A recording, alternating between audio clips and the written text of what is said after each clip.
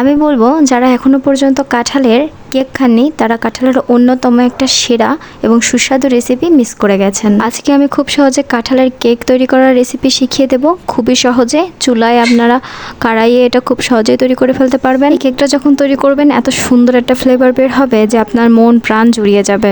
আর কথা না বাড়িয়ে আমি খুব সহজে কাঁঠালের কেক তৈরি করার রেসিপিটা দেখিয়ে দিচ্ছি। এখানে আমি প্রথমে কাঁঠালগুলো বিচি বের করে নিয়েছি এবং এগুলো আমি ব্লেন্ডার জারে দিয়ে একটু ব্লেন্ড করে নেব। সামান্য পানিও দিয়েছি, তাছাড়া ভালোভাবে ব্লেন্ড হবে না।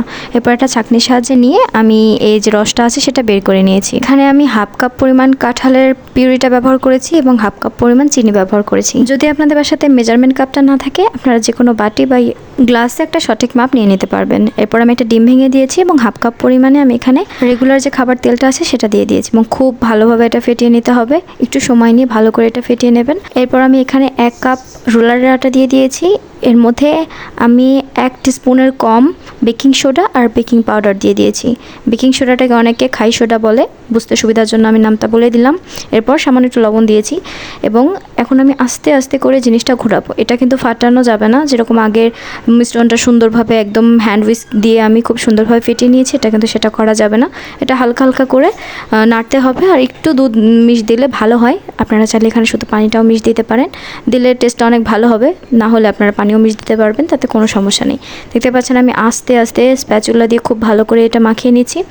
এর ভেতরে আমি কিছু পরিমাণে ফুড কালারটা ব্যবহার করছি। আপনারা চাইলে ফুড কালারটা স্কিপ করতে পারেন, ফুড কালারটা না দিলেও অনেক সুন্দর কালার আসে।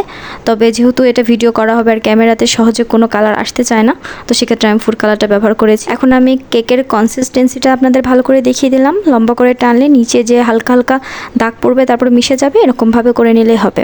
এরপর যে কেক মোল্ড আছে সেখানে আমি ভালো করে তেল মিশিয়ে নিয়েছি। এরপর একটা কাগজ দিয়ে দিয়েছি। কাগজের ওপরে কিন্তু তেল দেওয়া যাবে না, কাগজের নিচে তেল পড়তে হবে। এখন আমি খুব সুন্দরভাবে একটু ড্যাব ড্যাব করে দেবো, যাতে ও ভেতরে যদি কোনো বাতাস থাকে তাহলে সেটা বের হয়ে যাবে।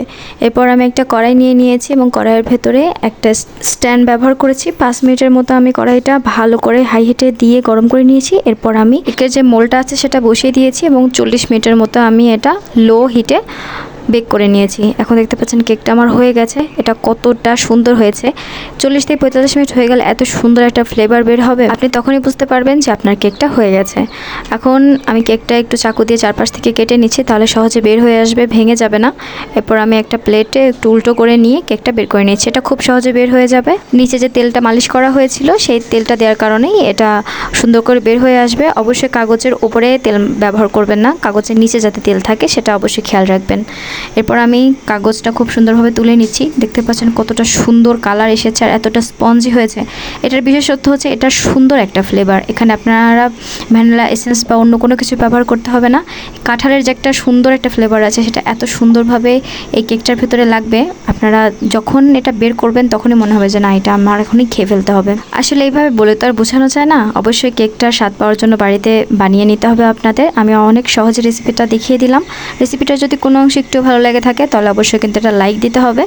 আর চ্যানেলে কেউ নতুন হয়ে থাকলে সাবস্ক্রাইব করে ফেলবেন আমার চ্যানেলটি। আমি খুব সহজে আপনাদের সাথে রেসিপি শেয়ার করার চেষ্টা করি। আশা করছি কাঁঠালের এই কেকের রেসিপিটাও আপনাদের অনেক কাজে আসবে।